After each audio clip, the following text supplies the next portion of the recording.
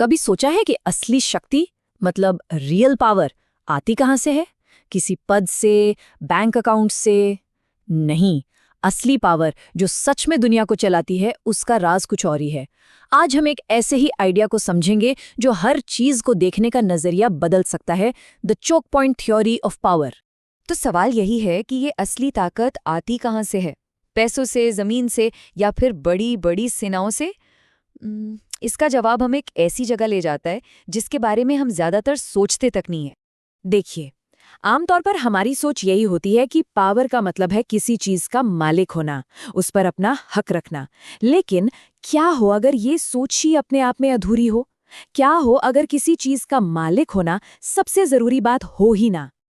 असली शक्ति मालिकाना हक से नहीं बल्कि नियंत्रण से आती है, किसी सिस्टम के एक बहुत जरूरी, बहुत ही संकरे रास्ते पर कब्जा करने से।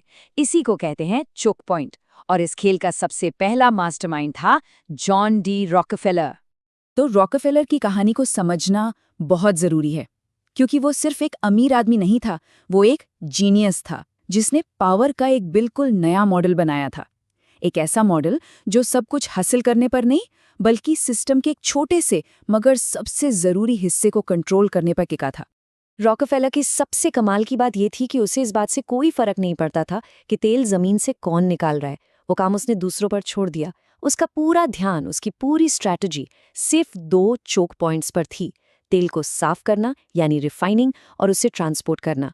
उसने रेलवे कंपनियों के साथ सीक्रेट डील की ताकि उसे भाड़ा इतना सस्ता पड़े कि कोई और उसके सामने टिक ही ना पाए। नतीजा, सिर्फ 6 हफ्तों में उसने अपने 22 कंपेटिटर्स को मार्केट से बाहर कर दिया। और 1879 आते आते अमेरिका के 90% तेल रिफाइनिंग बिजनेस पर उसका कब्जा था। उसने तेल का मालिक बनने की कोशिश नहीं की, उसने तेल के बहाव को कंट्रोल किया। और यही सोच सब कुछ बता देती है। उसके लिए बिजनेस बिजनेस नहीं, एक जंग थी। और चोक पॉइंट पर कब्जा करने का मतलब था दुश्मन का दाना पानी बंद कर देना। और उसने ठीक यही किया। चलिए, अब रॉकफेलर के इस आइडिया को आज की दुनिया की जियोपॉलिटिक्स पर लागू करके देखते हैं। आज दुनिया में एक ऐसी जगह है जो बिल्कुल रॉकफेलर के चोक पॉइंट की तरह काम करती है, लेकिन ग्लोबल लेवल पर। Straight of Hormuz. ये दुनिया की एनर्जी सप्लाई की, कह सकते हैं, गले की नस है। जरा इस आंकड़े पर गौर कीजिए। दुनिया में जितना भी तेल बिकता है उसका 20%, यानी हर 5 में से 1 बैरल तेल इसी एक संकरे समुद्री रास्ते से गुजरता है। सिर्फ ये एक फैक्ट ही इसकी अहमियत बताने के लिए काफी है। और ये रास्ता अपनी सबसे संकरी जगह पर सिर्फ 33 किलोमीटर चौड़ा है। सोचिए, पूरी ग्लोबल इकोनॉमी इस बात पर टिकी है कि ये छोटी सी जगह हमेशा खुली रहे।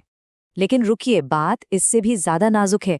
इन 33 किलोमीटर में से भी जो बड़े बड़े तेल के टैंकर हैं, उनके आने जाने के लिए असल में सिर्फ 2 लेन हैं, और हर लेन सिर्फ 1 किलोमीटर चौड़ी है।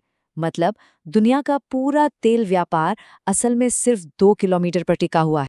तो इसका असर क्या होता है? चीन, भारत, जापान और दक्षिण कोरिया जैसी बड़ी बड़ी आर्थिक महाशक्तियां अपनी जरूरत का लगभग 84% तेल और गैस इसी एक रास्ते से मंगाती हैं।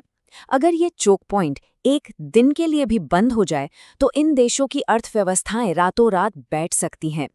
तो सवाल ये है कि आज के दौर में इन चोक पॉइंट्स को कैसे खतरे में डाला जा सकता है? अब इसके लिए बड़ी बड़ी सेनाओं की जरूरत नहीं है।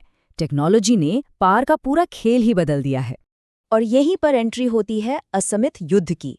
जरा इस तुलना को देखिए। एक तरफ है एक थैड इंटरसेप्टर मिसाइल जिसकी कीमत है $15 मिलियन, और दूसरी तरफ है एक शाहिद 136 ड्रोन जिसकी कीमत है सिर्फ $20,000।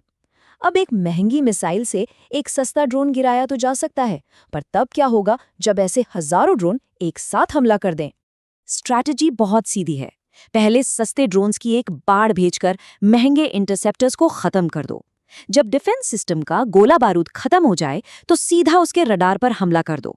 रडार खत्म तो पूरा सिस्टम अंधा हो जाता है। और इन ड्रोन्स को लॉन्च करने वाला कोई बड़ा मिलिट्री बेस नहीं, सिर्फ एक ट्रक होता है जिसे ढूंढना लगभग नामुमकिन है। सबसे बड़ी बात, मिसाइलें प्रिंट नहीं हो सकती, लेकिन ड्रोन तो हजारों की तादाद में बन सकते हैं। अब इस चोक पॉइंट के आइडिया को एक बिल्कुल अलग दुनिया में ले चलते हैं। एक चोक पॉइंट हमेशा कोई भौगोलिक जगह हो ये जरूरी नहीं, वो राजनीतिक या जनसांख्यिकीय भी हो सकता है। और इसका एक बहुत बड़ा उदाहरण भारत की अपनी संसद में तैयार हो रहा है।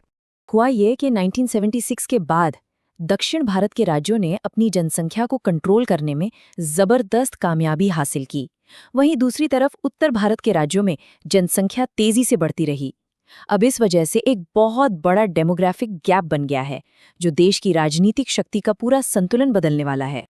और ये बदलाव आएगा एक प्रोसेस के जरिए, जिसे कहते हैं परिसीमन या डिलिमिटेशन। इसका सीधा सा मतलब है कि लोकसभा सीटों को जनसंख्या के नए आंकड़ों के हिसाब से दोबारा बांटा जाएगा। ये प्रोसेस 1976 से रुका हुआ था, लेकिन 2026 के बाद ये फिर से शुरू हो सकता है। और यहीं पर बनता है असली राजनीतिक चोक पॉइंट।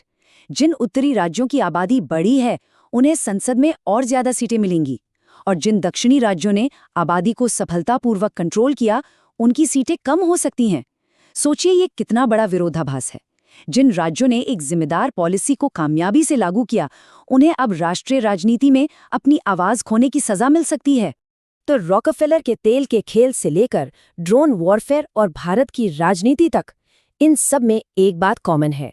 शक्ति का असली खेल मालिकाना हक का नहीं, बल्कि नियंत्रण का है। हर सिस्टम में एक चोक पॉइंट होता है। तो अब सवाल ये उठता है कि आने वाली कल के चोक पॉइंट्स क्या होंगे?